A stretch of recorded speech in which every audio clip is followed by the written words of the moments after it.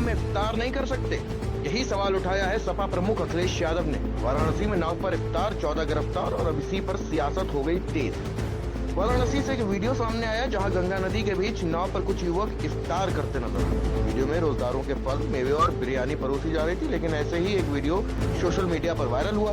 मामला विवाद में बदल गया। बताया जा रहा है कि कुछ हिंदूवादी संगठनों ने इस पर आपत्ति जताई, जिसके बाद पुलिस ने शिकायत में दर्ज भी कराई। और हैरानी की बात यह भी रही कि महज 8 घंटे के भीतर ही कार्रवाई करते हुए 14 युवकों को हिरासत में ले लिया गया।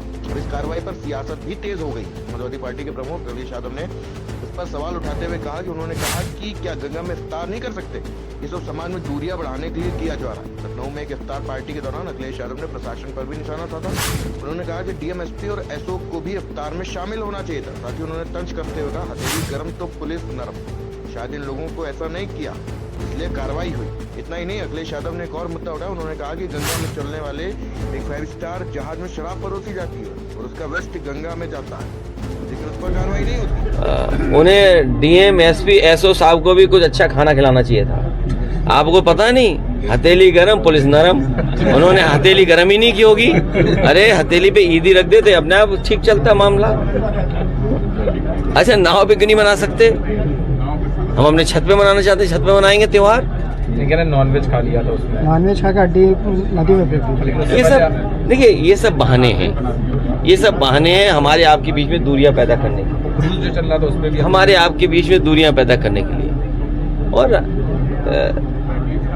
जो एक जहाज चला था, याद, एक जहाज चला था 5 स्टार, उसमें महंगी महंगी शराब रखी हुई थी। बताओ आप शराब कैसे रख सकते हो?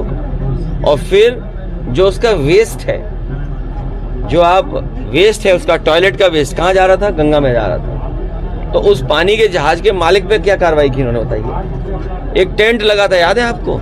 नकली टेंट। उस समय जो गड्ढे खोद खोद के जो छोड़ गए थे गंदगी, वो बताओ गंगा में पहुंची कि नहीं पहुंची?